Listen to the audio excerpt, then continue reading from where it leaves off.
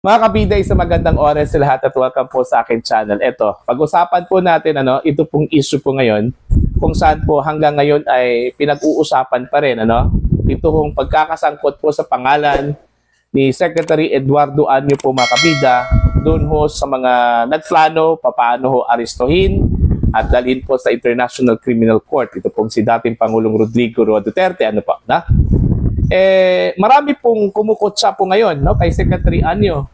Marami pong nagbato ng hindi ho magagandang salita laban po sa dating AFP Chief of Staff dahil ho siya daw ay traidor at walang utang na loob sa dating Pangulong Rodrigo Roa Duterte dahil sa kabila po ng treatment po daw ng dating Pangulo po sa kanya during sa kanyang incumbency po mga kabida bilang presidente po ng Pilipinas, nagawa pa daw ni Secretary Anyo yung pagtraidor sa kanya dito ho sa ginoo niyang napakalaking papel daw sa sinasabi po na core group na ibinunyag po mga kabida ni Secretary Junvic Rimulya ng Department of Interior and Local Government. Kung maalala po ninyo, sa isa pong interview po mga kabida ni Pinky Web, ibinunyag ni Secretary Rimulya na meron pong 4 na personalidad, kung saan po ay kabilang po siya. Kung saan po ang tawag po ay core group, na nagplano kung paano ho arestuhin at dalhin po sa International Criminal Court ito pong si dating Pangulong Rodrigo Roa Duterte, Dito ho sa 4 na mga personalidad, kabilang po doon mga kabida, ito pong si Secretary Eduardo Anyo, si Secretary Gibo Chodoro ng Department of National Defense, at ito pong si Pangulong Ferdinand Bongbong Marcos. Okay? Ang masaklap lang po dito, parang idiniin po mga kabida ni Secretary Junvic Rimulya na yung may mahalagang papel daw dito ay ito daw si Secretary Anyo, in terms of intelligence gathering, siya po daw yung in charge, mga kabida. At meron pang ang sinabi po si Secretary Junvic na kumbaga siya yung nakipag-usap doon ho sa mga abogado, sa mga anak, para lang po pagdesisyonan po mga kabida kung ano po yung magiging disposition po ng dating Pangulo, kung siya po ay titira sa Hong Kong or sa China or uuwi po sa Pilipinas, So, nung lumabas yun, ang dami hong bumatikos, kay Secretary Anyo. Yun nga, yung sinabi ko po, dami hong mga negative comments. Tinatawag po si Secretary Anyo bilang traidor, walang utang na loob, Kasi kung maalala po natin mga kabida, ito pong si Secretary Anyo, bago po ito naging National Security Advisor po sa ilalim po ng Marcos Administration, naging DILG Secretary po ito, sa Duterte Administration. At maliban po sa pagiging Secretary ng DILG, inappoint pa ito, dinesignate po ng dating Pangulong Duterte bilang Chief of Staff, ng Armed Forces of the Philippines, mga kabida.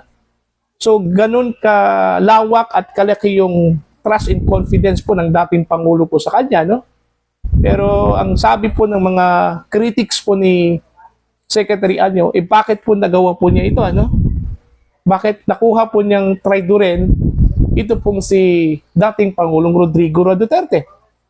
Ito po mga kabida, hindi ho nakatiis yung kanya hong isa sa mga kasama po niyang general, Okay? Ito pong si General Antonio Parlade, kilala po natin po itong si General Parlade, Siya po yung isa sa mga haligi po mga kabida ng National Task Force to End Insurgency, Yung tinatawag po nilang NTF-ELCAC. Okay? So, dumipensa po ngayon. Ito pong si General Parlade, kay Secretary Anyo.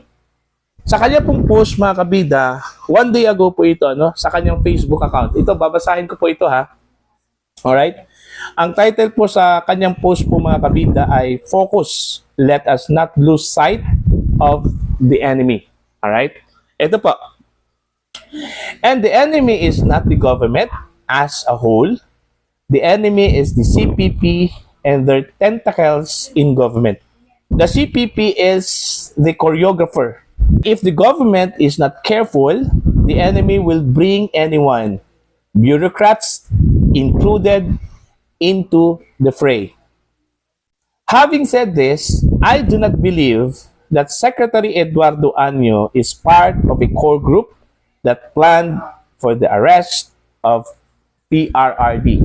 So hindi ho naniniwala, ito pong si General Parladi po mga kabida, na ito pong si Secretary Año ay kabilang doon ho sa sinasabi po ni Secretary Junvic Rimulya na core group. Okay?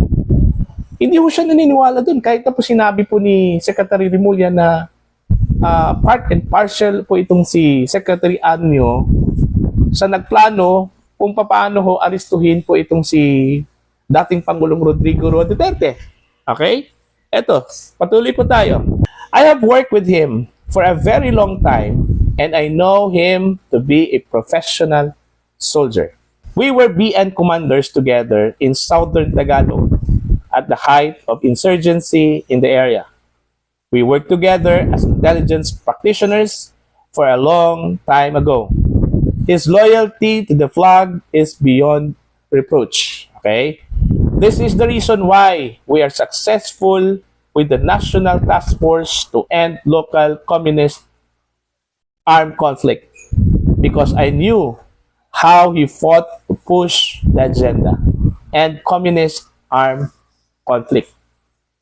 As the NSA or National Security Advisor, I also know that he knew how the CPP is working so hard how to dismantle the NTF-ELCAC and the person responsible in capacitating the government to address the insurgency problem, PRRD. Having said this, I know he cannot be a party, let alone be part of the core group that spirited away the former president. Hayaan na lang natin daw. Hayaan na lang po natin yung iba. Pero ito pong si Secretary Año, eh hindi ko kabilang doon. Ano? Yun yung paniniwala po mga kabida ni General Parladi. Ano po? No? History will judge the nation how we treated the architect for the downfall of the CPP. But I knew Secretary Año is not part of its planners. As NSA, he gives advice as it is his duty to do so as a good soldier to this administration. DILG Secretary Junvic Rimulya is right in saying he is a professional and a good soldier. What the President does after an advice is given is entirely dependent on him. What or how DOJ Secretary Boying Rimulya implements it from this instruction are entirely up to him. But to accuse Secretary Año of disloyalty to the former president because he was wrongly dragged as a core planner in this event is rather unfair. We owe so much to this person while this nation has survived to this day. I cannot tell you everything that he did, but I assure you the professionalism of the man did not start when he was appointed Chief of Staff of the Armed Forces of the Philippines by PRRD. It started when he was a young lieutenant. On the side, tama si former Associate Justice Carpio, dapat may teamwork ang gobyerno para hindi manaig ang mga demonyo na gustong pabagsakin ang demokrasya natin. Tutok sa kalaban, CPP yan. Ayan. So yun po si General Antonio Parladi po mga kabida. Sa kabila po ng ibinunyag po ni Secretary Junvic Rimulya na ito pong si General Año or si Secretary Año po mga kabida ay may malaking papel dun ho sa pagplano kung paano po aristuhin at dalhin po itong si dating Pangulong Duterte sa The Hague, Netherlands. Hindi ho naniniwala dyan si General Parladi kasi kilala po niya ito pong si Secretary Año, kung paano ho ito magtrabaho at yung question of loyalty wala ho daw pwedeng question doon ho sa kanyang loyalty. Kasi yung loyalty to the flag is beyond reproach according to General Parladi po mga kabida. Ngayon, ang tanong, bakit po hanggang ngayon hindi ho nagsasalita po itong si Secretary Anyo po mga kabida? Sa kabila po ng mga tirada po ng mga critics sa kanya, no? Yung mga hindi ho magagandang mga salita laban po sa kanya, no? Wala ho tayong narinig na sagot, response mula mismo kay Secretary Anyo. Okay?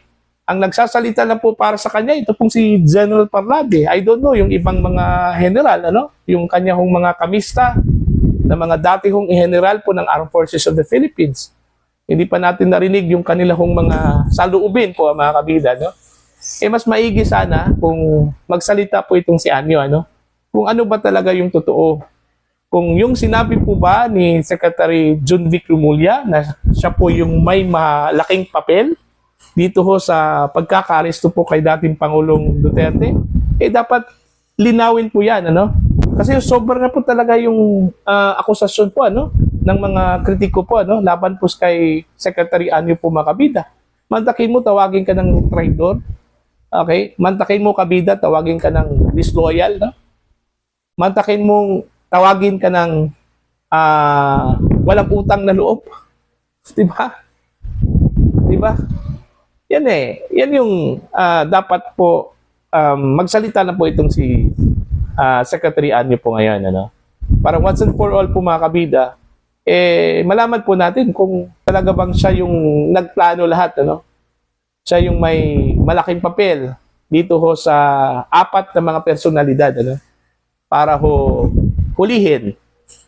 At pagkatapos, i-turn over po itong si Digong, ano? Doon ho sa International Criminal Court. Okay? So, ano pong tingin po ninyo mga kabida? Your opinion and your comments, you can comment down. At sa mga hindi pa po subscribers sa aking channel, please subscribe. Just click the subscribe button, click the notification bell, click all para updated po kayo mga kabida sa aking mga uploads. Maraming salamat po sa inyong lahat. God bless po.